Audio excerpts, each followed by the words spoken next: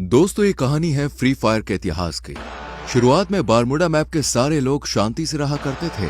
फिर आए कुछ लोग जिन्होंने बारमूडा मैप का बंटवारा किया, सभी हिस्सों को अलग अलग जगह में बांट दिया और वहां पर राज करने लगे।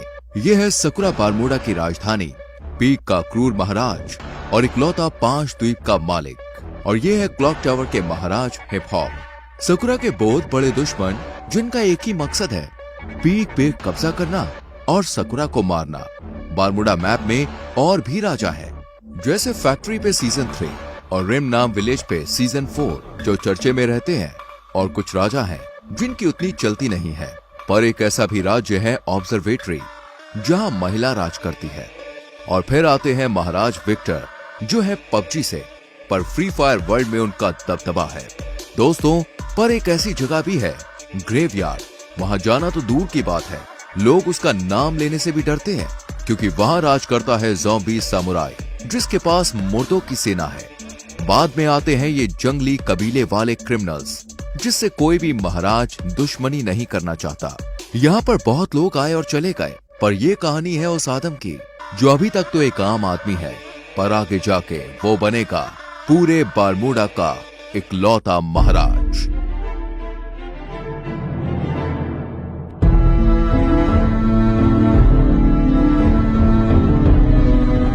गाइस, हमारी चैनल पे ऐसी सीरीज पहली बार आई है और इसमें बहुत मेहनत लगी है, तो यार वीडियो को लाइक कर दो और चैनल को सब्सक्राइब करके बेल नोटिफिकेशन ऑल पे सेट कर लो।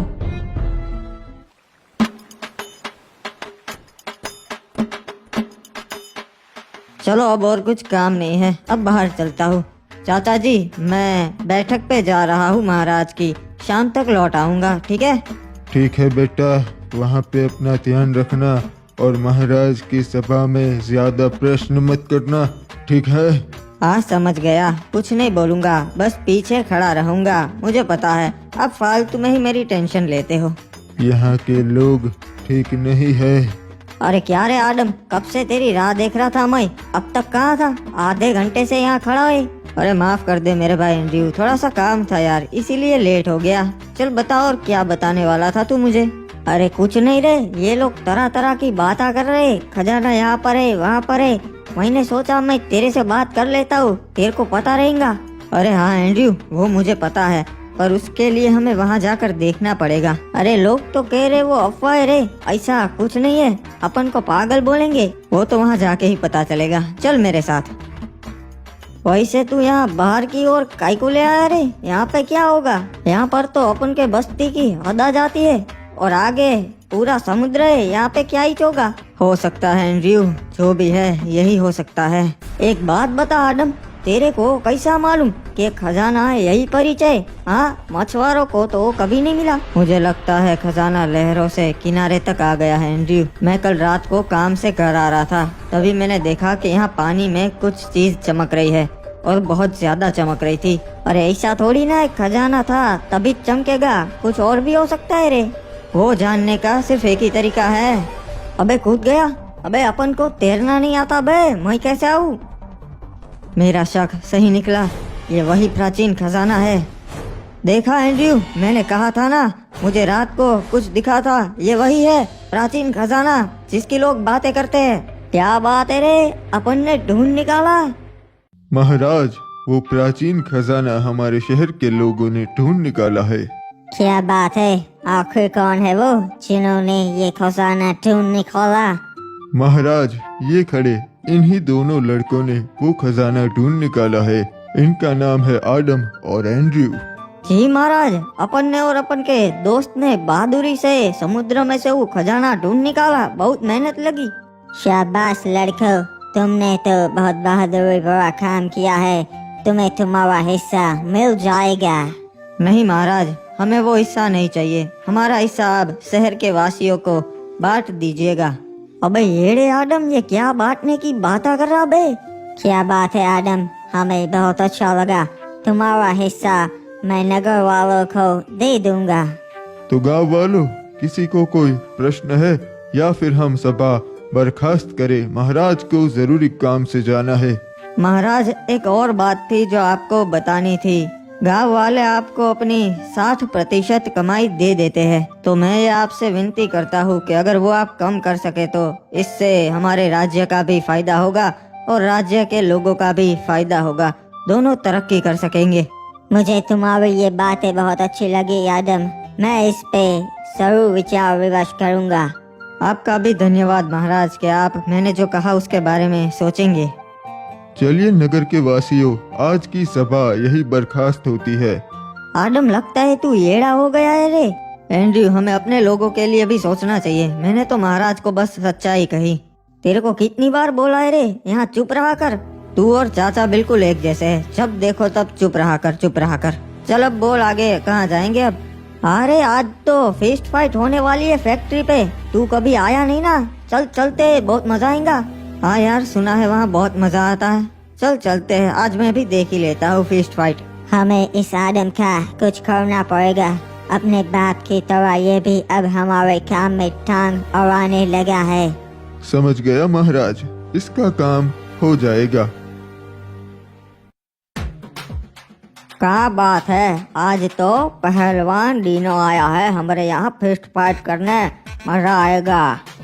अरे बाबा, डीनो के सामने तेरे जैसे हड्डी कभी नहीं टिक सकते।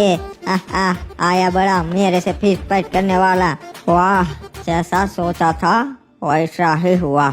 अबे ये डीनो तो बहुत ताकतवर है, मुझे तो लगता है ये महाराज से भी ज्यादा ताकतवर है।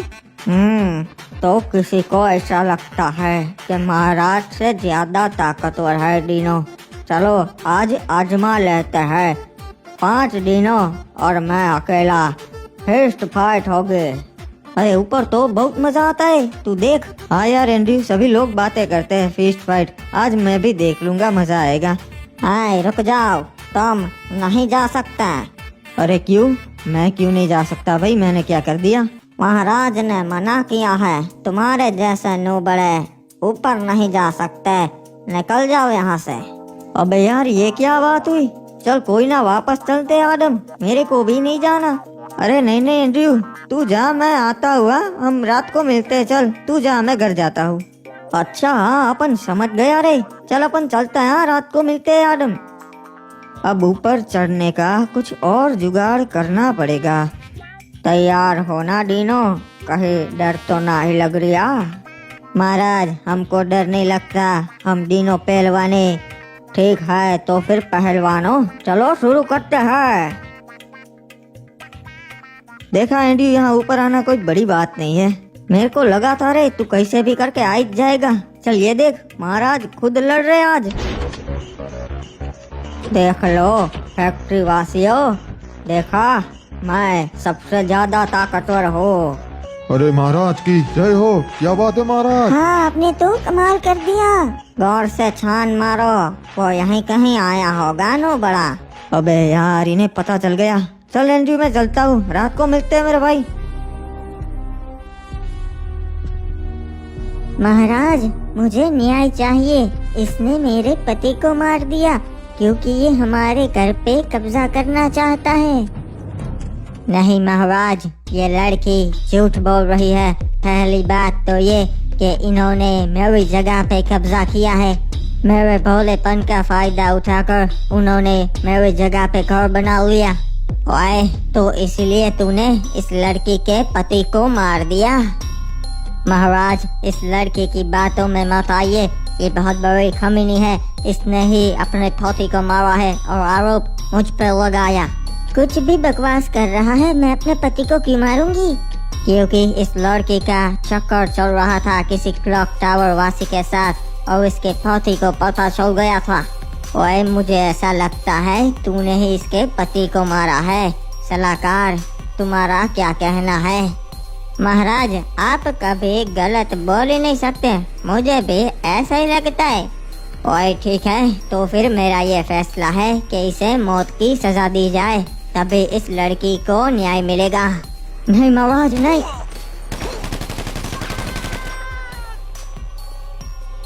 ओए लड़की, अगर कुछ भी जरूरत हो तो मेरे दरवाजे खुले हैं। महाराज, महाराज, उन्होंने हमला कर दिया और हमारी सोने की जीप चुरा ली। क्या बोल रहा है तू? किसमें इतनी हिम्मत है जो महाराज सकुरा की जीप लूटे? महाराज, वो क्रिमिनल कबीले वाले थे, उन्होंने हमला किया था।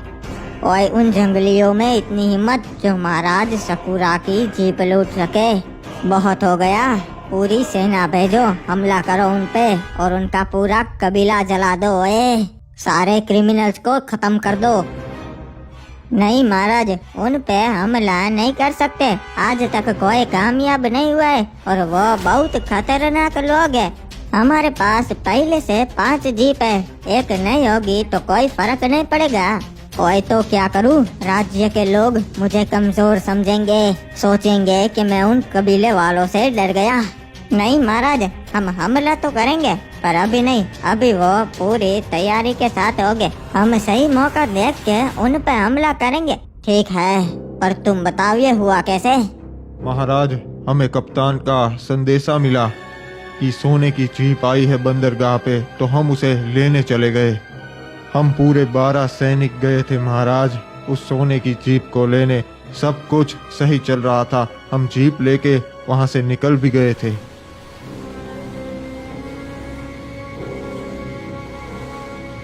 हम सही सलामत बीमा शक्ति तक पहुंच गए थे, पर तभी मैंने देखा क्रिमिनल्स की जंगली सेना हमारी ओर आ रही है।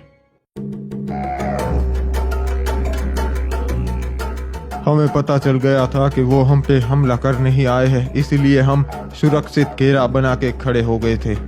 और हमारे सैनिक इतने काबिल है कि उन्हें हरा सके, तो हमने उन पे पहले हमला कर दिया। सब कुछ सही जा रहा था महाराज, तभी हमें पता चला कि ये उनकी चाल थी। उनकी एक टुकड़ी पहले से ही वहां कैंपिंग कर रही थी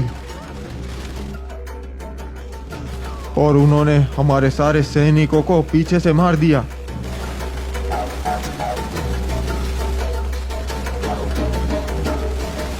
जीप में हम 2 सैनिक ही बैठे थे, तो हम दोनों ही जिंदा बच पाए। फिर उनका सरदार रेड क्रिमिनल हम दोनों को अपने कबीले कतुलिस दीवा पर ले गया।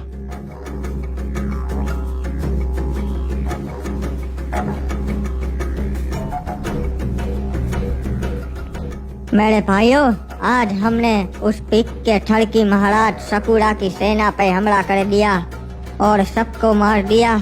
इन दोनों को मैं आपके लिए जिंदा लाया हूँ क्योंकि आपका मनोरंजन हो सके। हम इनको हमारी परंपरा के हिसाब से जिंदा जलाएंगे। क्या बात है रे सरदार, आप तो बहुत अच्छे हो, पूरे कबीले का सोचते हो। अरे तुम गलत कर रहे हो, तुम जानते नहीं सकुरा महाराज को। पूरे बरमूडा के महाराज उनसे डरते हैं। महाराज डरते होगे, पर मैं तो कबीले का सरदार हूँ, मैं नहीं डरता। किसने हमें खबर दी थी कि आज बंदरगाह पे जीप आने वाली है? वो सामने आए। महाराज, मैंने खबर दी थी जीप के बारे में। ठीक है, तो मैं तुम्हें ये अच्छा काम करने का मौका देता हूँ। तुम खुद अपने हाथों से इस कमीने को मार दो। ठीक है सरदार, जय हो गरीना दीदी की, गरीना दीदी के नाम। ये हमारे सरदार से बदतमीजी से बात करने के लिए रे बाबा। नहीं छोड़ेगा रे बाबा, दोनों को मार देगा। नहीं, उसे नहीं मारना है, एक को मार दिया ना, अब बस। रहम कीजिए सरदार, मुझ पे रहम कीजिए। चिंता मत कर, मैं तुझे नहीं मारूंगा, तुझे मैं जिंदा छोड़ रहा हूँ।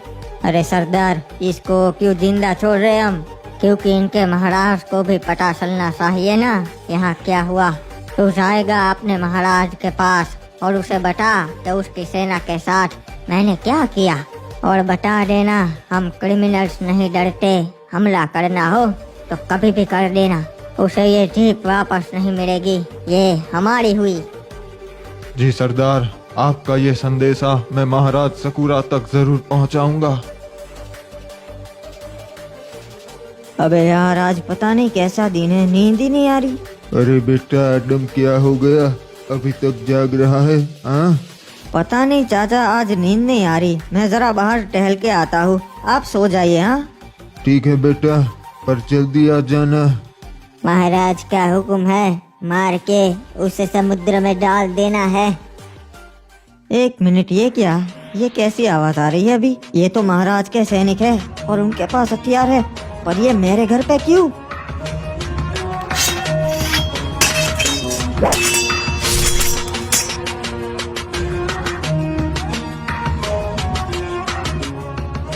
अरे चाचा संभाल के।